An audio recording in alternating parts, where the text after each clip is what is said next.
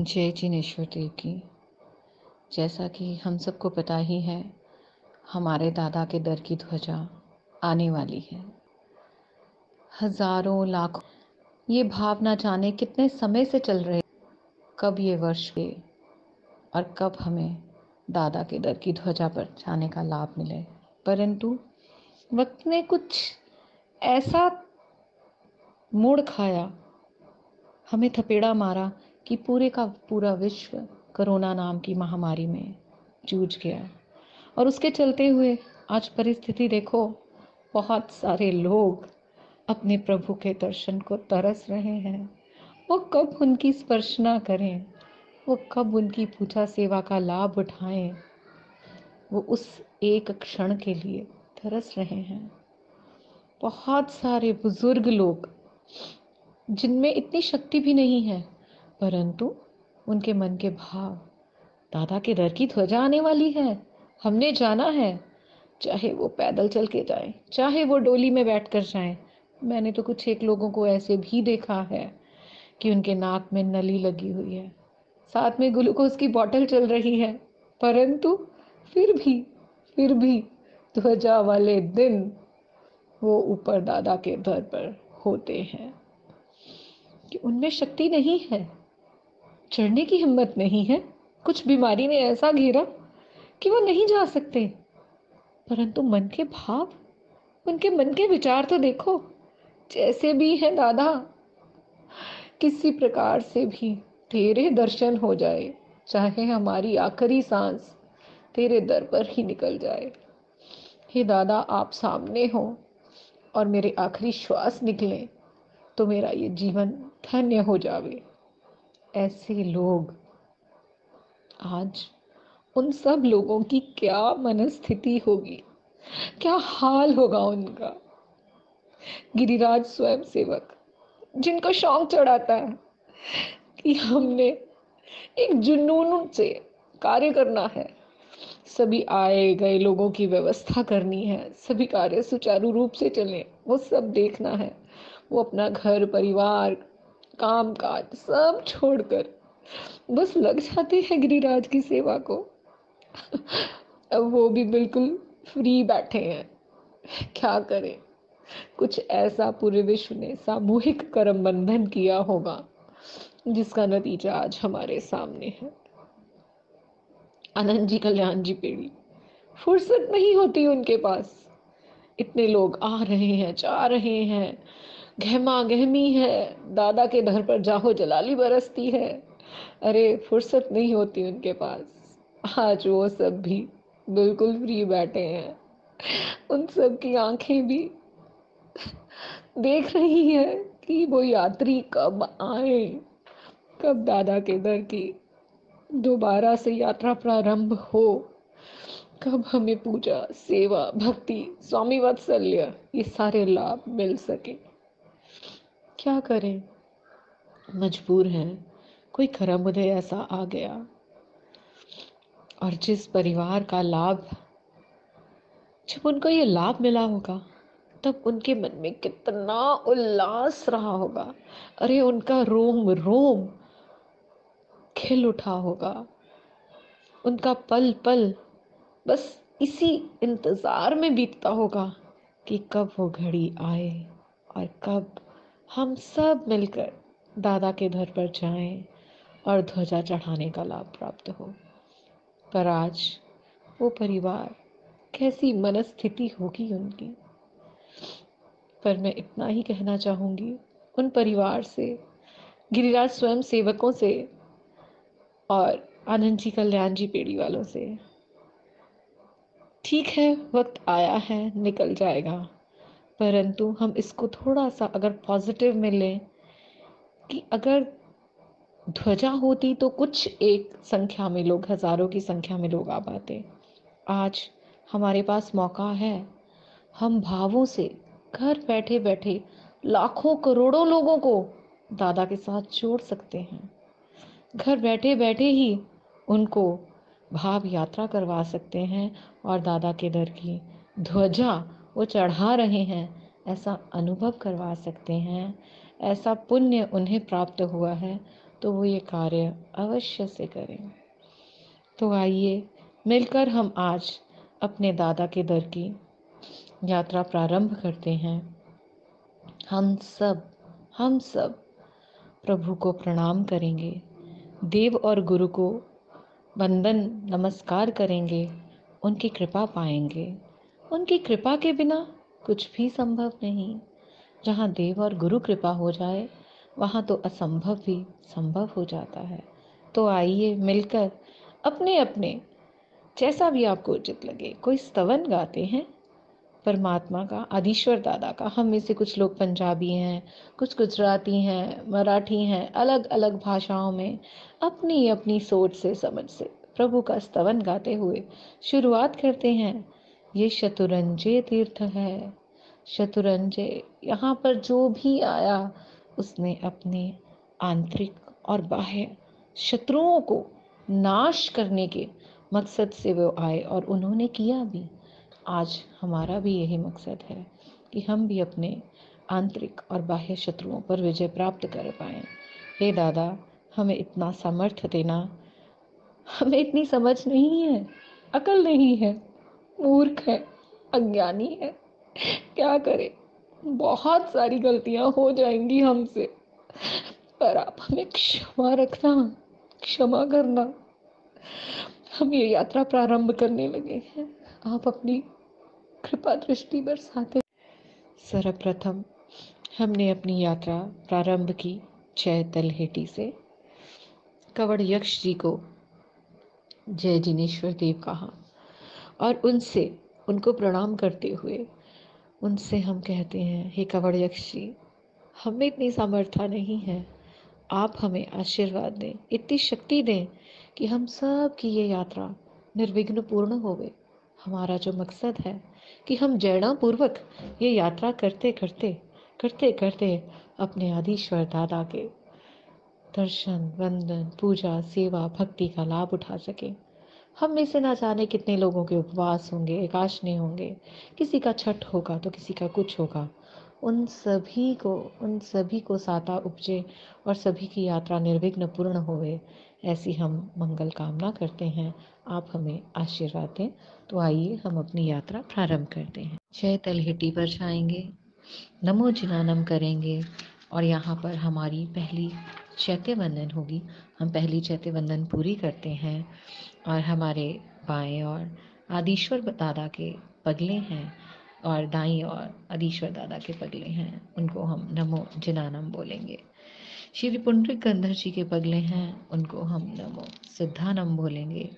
और यहाँ से हम सीढ़ियाँ चढ़ते हुए बाईं ओर अजितनाथ भगवान के पगले, उनको नमो जिनानम बोलेंगे।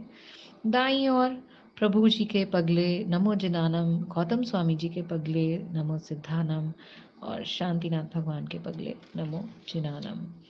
जय तलेठी से ऊपर चढ़ते हुए हम धर्मनाथ मंदिर में जा रहे हैं और वहाँ हम नमो जिनानम बोलेंगे। आगे चलते हुए 3 देहरियाँ हैं, श्री धर्मनाथ भगवान के पगले, कुंथुनाथ भगवान के पगले और नेमिनाथ भगवान के पगले। हम नमो जिनानम करते जाते हैं। सामने बाईं तरफ भाबू का मंदिर, अंदर मूल नायक श्री आदिश्वर भगवान, पुंडरिक स्वामी जी, रायन पगले, 84 देहरियाँ, चमत्कारी भीड़ भंजन पार्शनाथ भगवान जी और रत्न मंदिर, सहस्त्रकूट मंदिर, जल मंदिर, श्री शांतिनाथ भगवान और 15 फुट के श्री आदिश्वर भगवान। नमो जिनानम करते हुए हम आगे बढ़ते हैं। थोड़ा आगे जाकर दाईं तरफ मुड़ने पर हमारी सरस्वती देवी माँ वाघेश्वरी, उनका मंदिर है। हमारी माँ के हम दर्शन वंदन करेंगे। या कुंदेन्दु तुषार हार धवला, या शुभ्रवस्त्रावृता, या वीणावरदण्डमण्डितकरा, या श्वेतपद्मासना, सा मा पातु सरस्वती भगवती निशेषयाड्यापः। माँ सरस्वती की कृपा प्राप्त करेंगे। माँ सरस्वती से प्रार्थना करेंगे, हे माँ आप हमें सम्यक ज्ञान दीजिए। माँ, ज्ञान के बिना मनुष्य पशु के समान है। ज्ञान नहीं तो जीवन में कुछ नहीं। हे माँ, आप अपनी कृपा हम पर बरसाएं। और अब हम आगे चल रहे हैं। हमें दाईं तरफ नूतन संवत्सरण मंदिर जी के दर्शन हो रहे हैं। हम नमो जिनानम बोलते हुए आगे चढ़ते जाते हैं। देखते हैं कि मौसम कैसा है। सूर्य हल्का हल्का सा बादलों में से निकल रहा है। अरे, कहीं आगे जाकर ही सूर्य प्रचंड ना हो जावे। कुछ लोगों के मन में भय आता है कि जल्दी से जल्दी अपनी यात्रा पूर्ण कर लेते हैं, वरना गर्मी कौन सहेगा। आज एक दिन, यही तो दिन है, चाहे गर्मी हो चाहे सर्दी, हमें सब कुछ सहना है। प्रभु ने अपने कर्मों को जलाया, अग्नि में तपाया, तप की अग्नि में तपाया। तो क्या हम थोड़ी देर के लिए ये सब कुछ सहन नहीं कर सकते? हम अवश्य सहन करेंगे। क्यों नहीं सहन करेंगे? जब हमारे तीर्थंकर परमात्माओं ने ये सब कुछ सहन किया, हमें भी तो उनके जैसा ही बनना है। तो आइए आगे चलते हैं। रास्ते में कुछ पक्षी नजर आ रहे हैं। छोटे छोटे सी कुछ उनके लिए बर्तन पड़े हैं, मिट्टी के बर्तन हैं।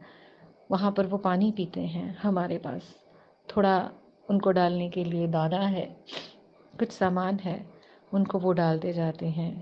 कहते हैं कि दादा के दर पर, इस शतरंजे तीर्थ पर आने वाला पशु पक्षी भी भावों से तीसरे भव में मोक्ष प्राप्त कर सकता है। तो वो धन्य है, वो पशु पक्षी की आत्मा जो इस धरती पर आज विचरण कर रही है। आगे चलते हैं हम, थोड़ा सा विश्राम लेते हुए भरत चक्रवर्ती के चरण पादुका नमो सिद्धानम। दाईं तरफ देहरी में आदिश्वर भगवान ने नेमिनाथ भगवान के पग लिए हैं। हम इनको नमो जिनानम कहते हुए, बगल में ही नेमिनाथ भगवान के गंधर श्री वरदत स्वामी जी के पगले हैं। इन्हें हम नमो सिद्धानम करते हुए आगे चलते हैं। आदिश्वर भगवान के पगले नमो जिनानम कुमार कुंड कुमारपाल राजा द्वारा निर्मित है।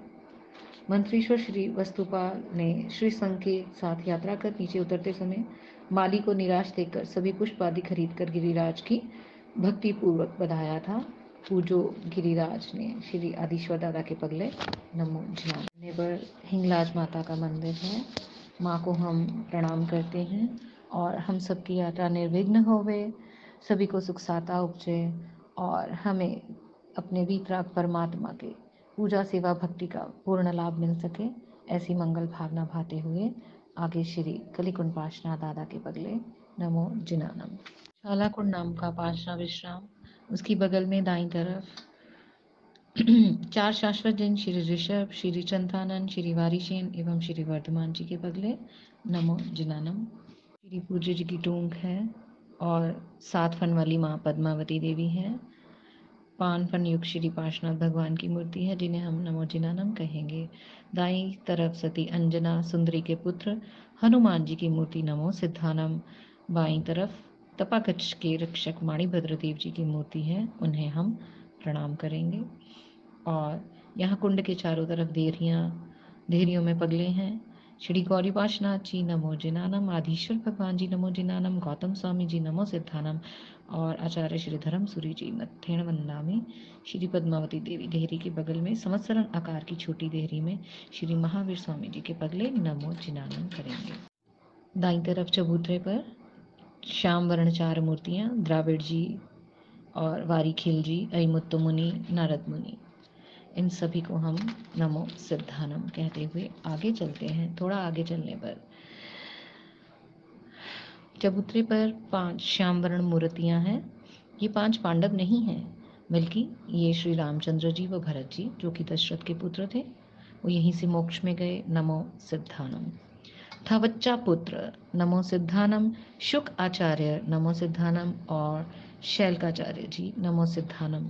करते हुए अब हम आगे बढ़ते हैं। जहाँ अपने तीर्थंकर परमात्मा के पगले हैं या उनकी प्रतिमाएं हैं, नमो जिनानम बोलते जाएंगे, और जहाँ जहाँ हमें पगले नजर आएंगे हम उनको नमो सिद्धानम बोलते जाएंगे। नमी विनमी जी के पगले नमो सिद्धानम, आदिश्वर भगवान के पगले नमो जिनानम। दाईं तरफ हनुमान जी की मूर्ति है, हम इन्हें नमो सिद्धानम कहेंगे क्योंकि वो सिद्ध हो चुके हैं। किसी ने राम पोल से प्रवेश पाया, आगे वाघन पोल दिखाई दिया, दाईं तरफ वाघन का पुतला है।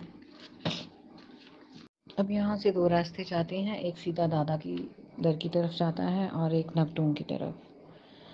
अगर हम शतरंजी जी जाएं और नवटूंग ना जाएं, ऐसा तो हो नहीं सकता। तो चलिए पहले नवटूंग की ओर होते हुए ही हम दादा के दर की तरफ जाएंगे। नवटूंग, नवटूंग, अब वो समय आ गया है जब नवटुंकों पर ध्वजा चढ़ेगी और उसके बाद दादा के दर की ध्वजा चढ़ेगी। हमारा ये सफ़र बस उस इंतज़ार में ही बीत रहा है कि कब कब वो घड़ी आए और हमें ध्वजा चढ़ाने का या ध्वजा को देखने का लाभ प्राप्त हो। हमने नवटुंकों की ओर प्रस्थान कर लिया है। जिस जिस प्रकार से जिसको जैसा नंबर अलॉट हुआ है, सब वो अपनी अपनी टोंक में पहुंच गए हैं। कितनी सुंदर व्यवस्था, कितनी सुंदर व्यवस्था आपके नहाने की। नहाना सिर्फ इसलिए है मात्र हमें अपने अंग शुद्धि करनी है, ठीक है।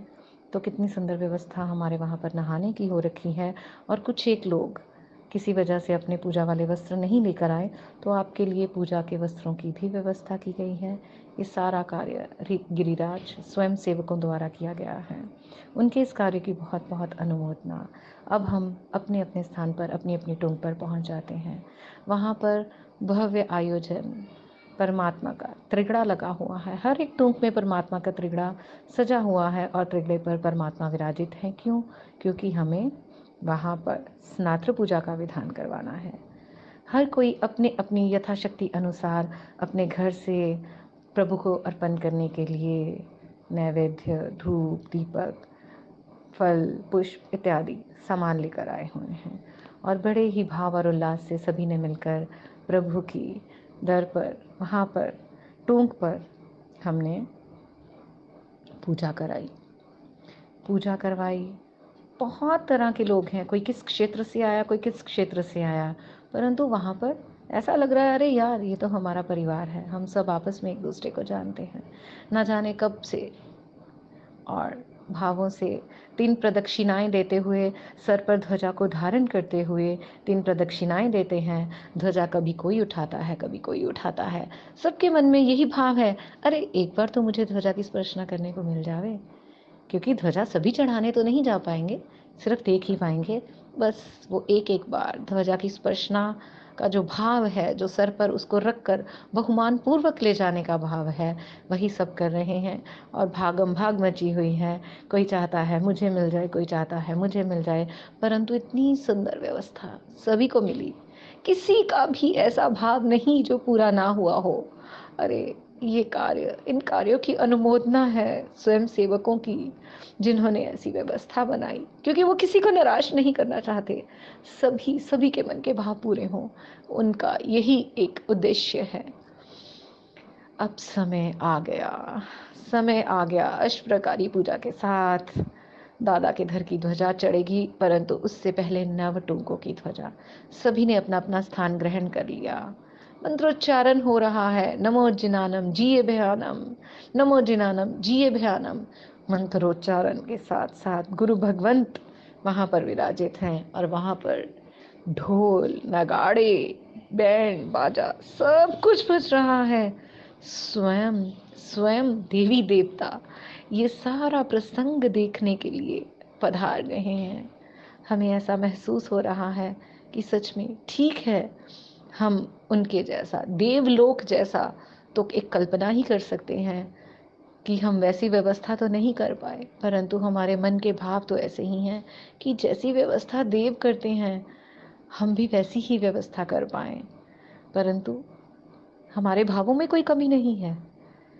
सब मिलकर दादा के दर की ध्वजा से पहले नवटुंकों की ध्वजा चढ़ा रहे हैं।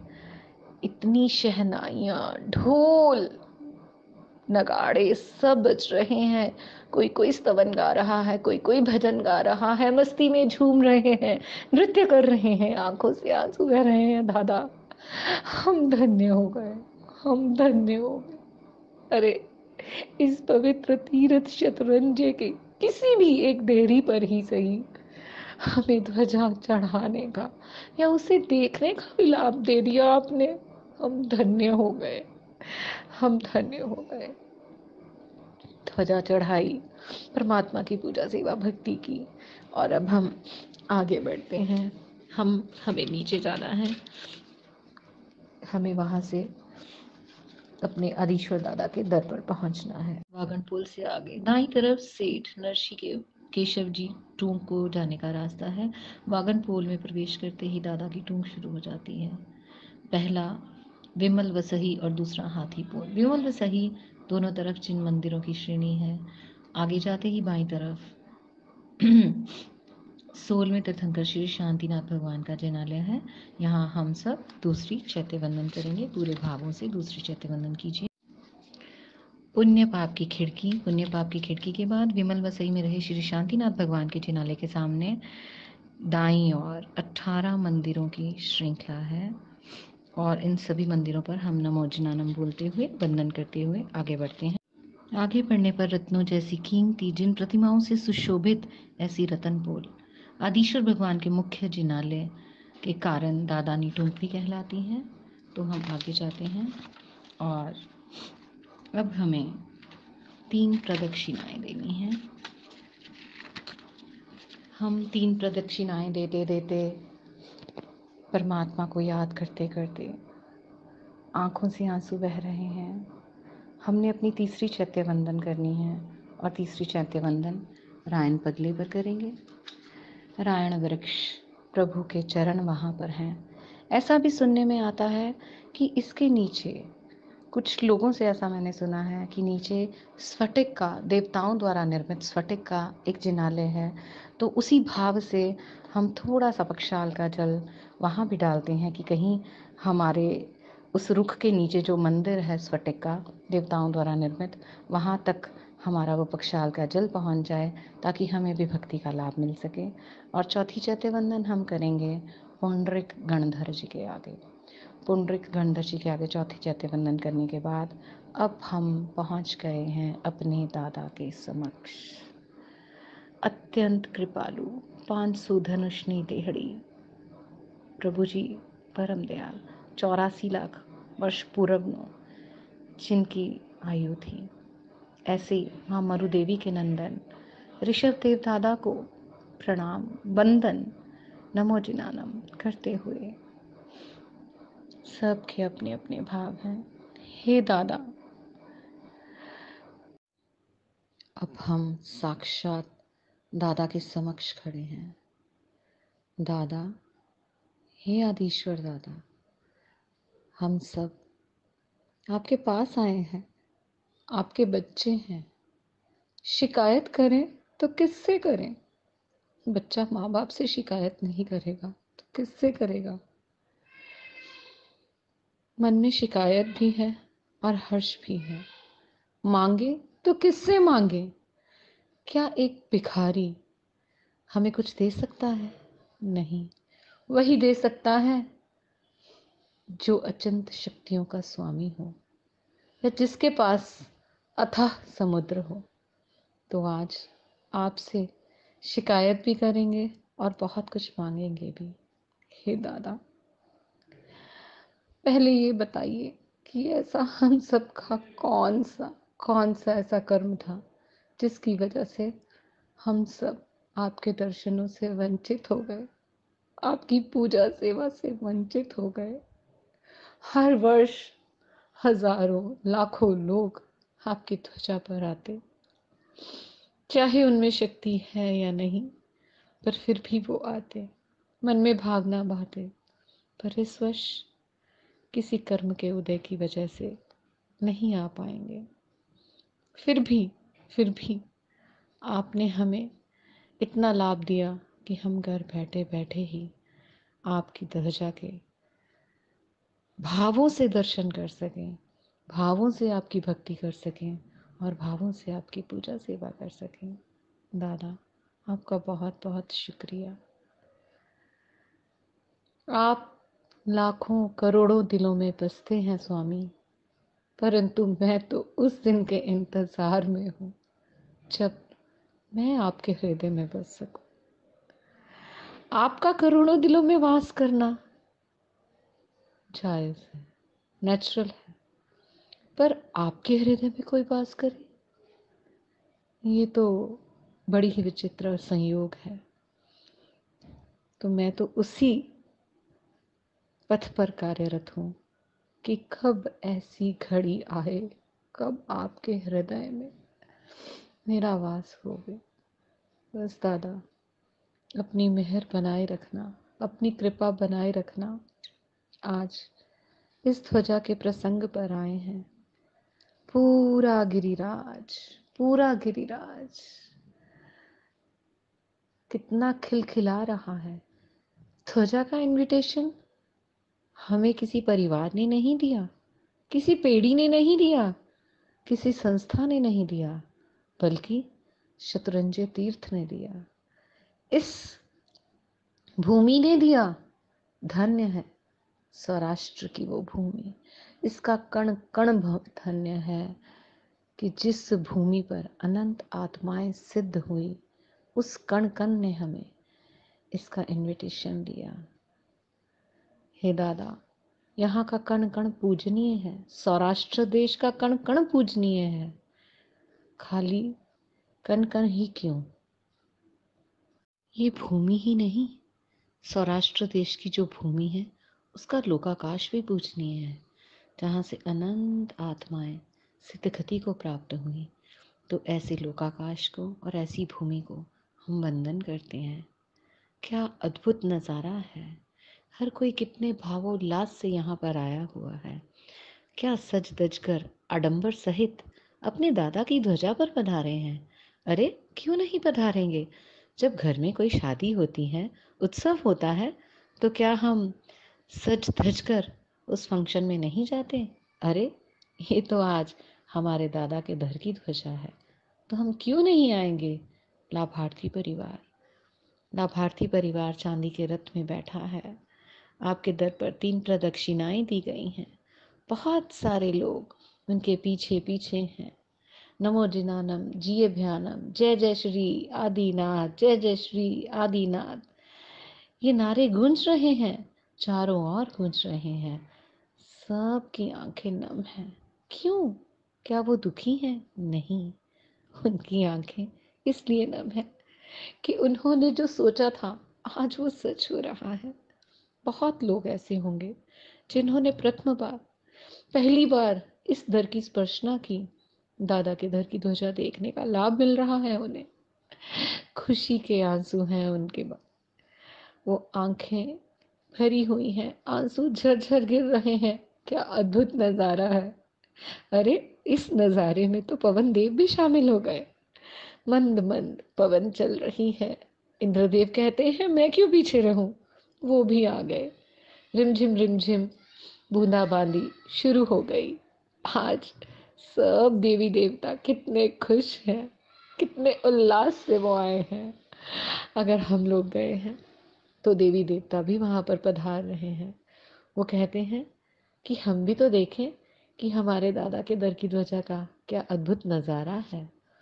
बहुत ही अद्भुत माहौल है। ढोल नगाड़े बाजे सब बज रहे हैं।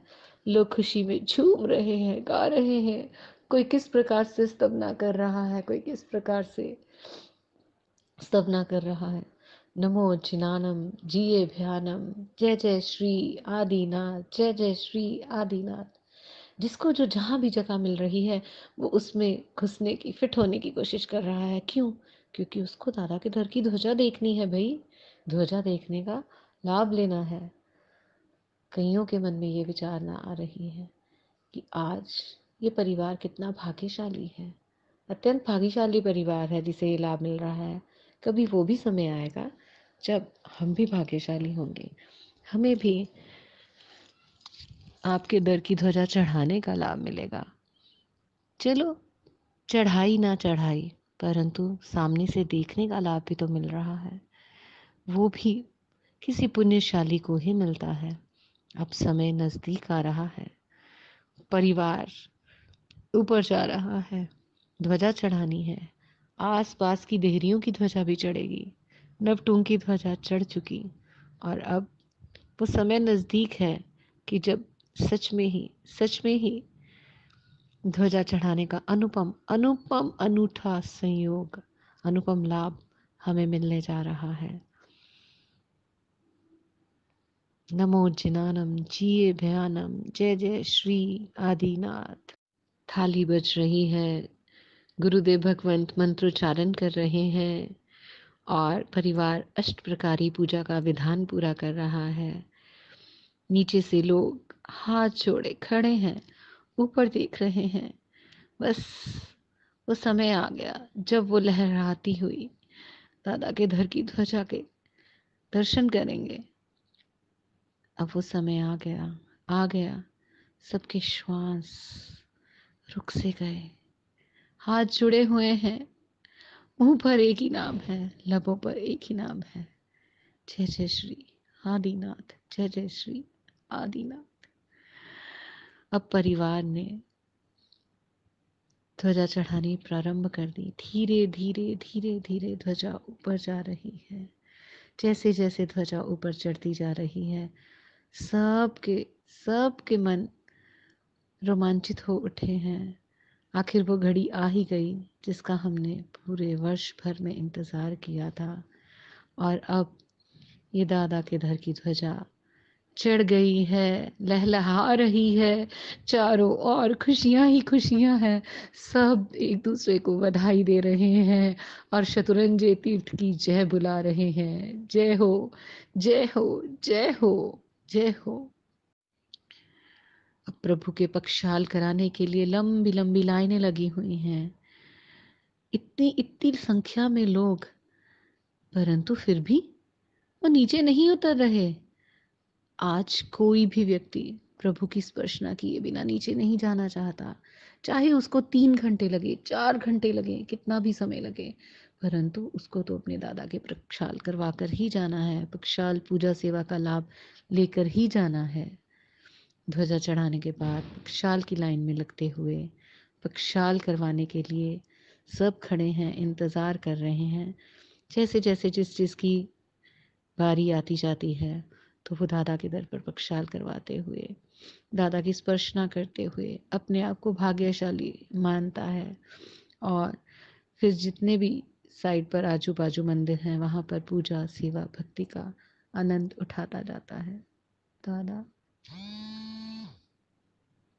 आप सच में ही कृपालु हो, अत्यंत कृपालु हो कि आज आपने हमें इस लायक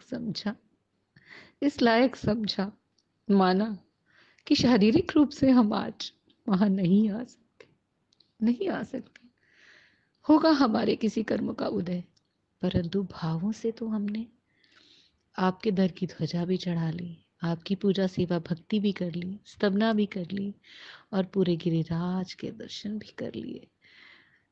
चारों ओर नजर दौड़ाओ, लहलहाती हुई ध्वजाएं कैसे लहलहा रही हैं। पूरा शतरंजय तीर्थ ढोल नगाड़ों से, उनकी ध्वनि से आज ये पूरा का पूरा तीर्थ ऐसे लग रहा है कि जैसे हम किसी स्वर्ग लोक में खड़े हैं।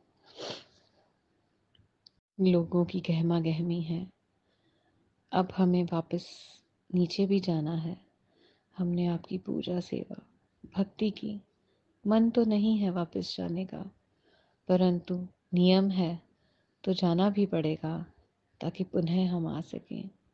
और अभी से ये भावना भाते हैं कि अगले वर्ष भी आपके दर की ध्वजा हमें देखने का या चढ़ाने का कोई भी स्वर्णिम अवसर प्रदान आप करें।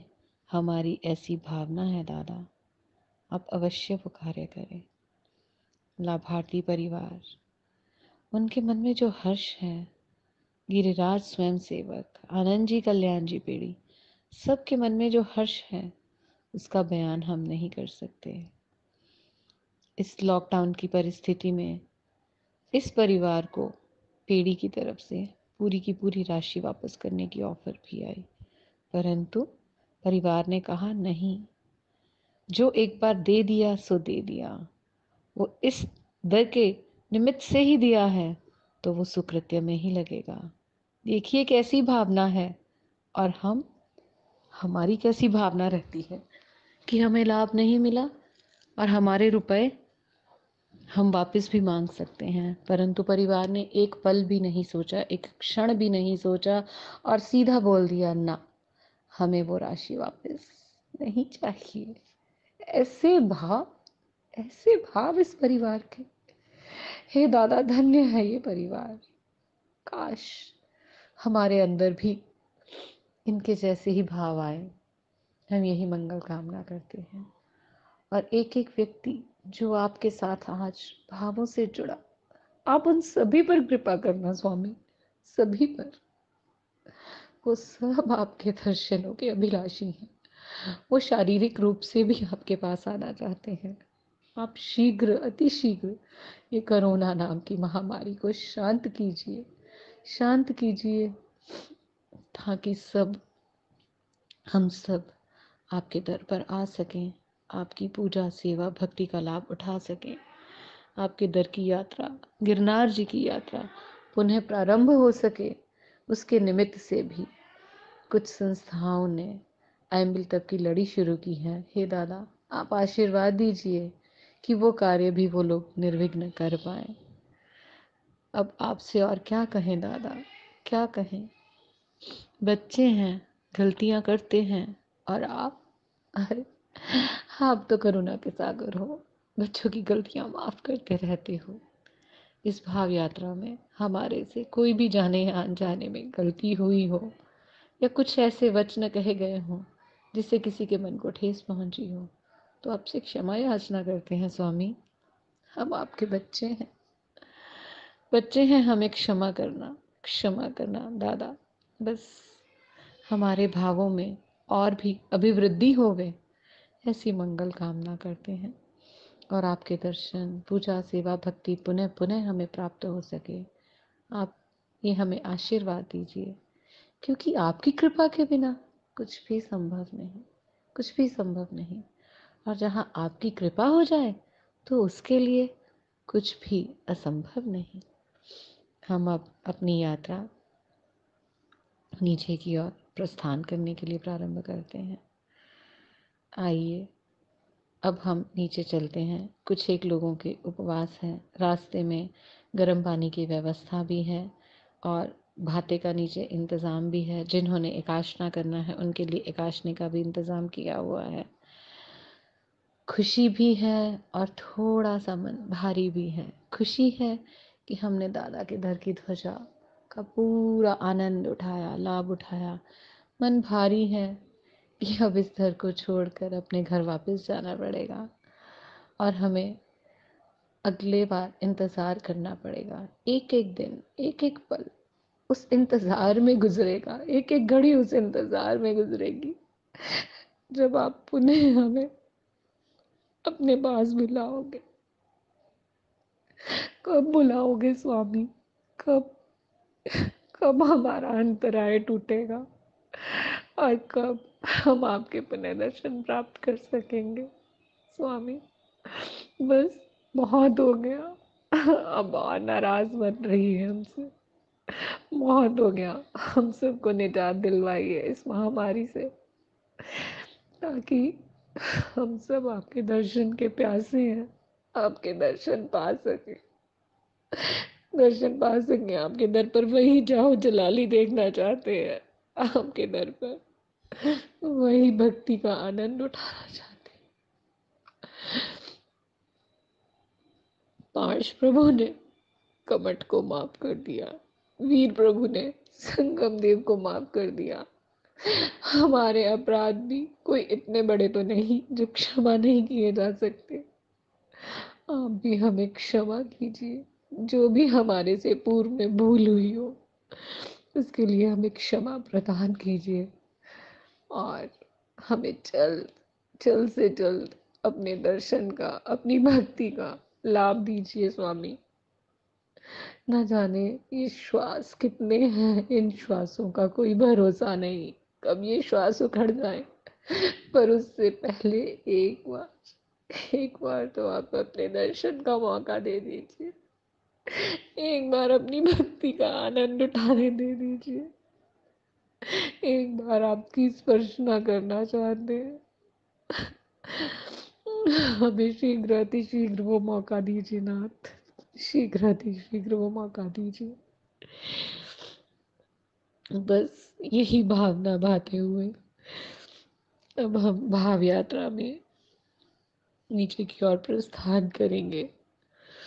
नीचे आएंगे, तलहटी पर नमो जिनानम करेंगे, खबड़ यक्ष जी को धन्यवाद देंगे, सभी को धन्यवाद देंगे और मिच्छामी दुक्कड़म की विधि करेंगे कि जाने या अनजाने में हमारे से इस यात्रा में कोई भी भूल हो गई हो तो हम त्रिविधे मिच्छामी दुक्कड़म करते हैं। हमारी की गई हर गलती के लिए आप हमें क्षमा कीजिए, क्षमा कीजिए।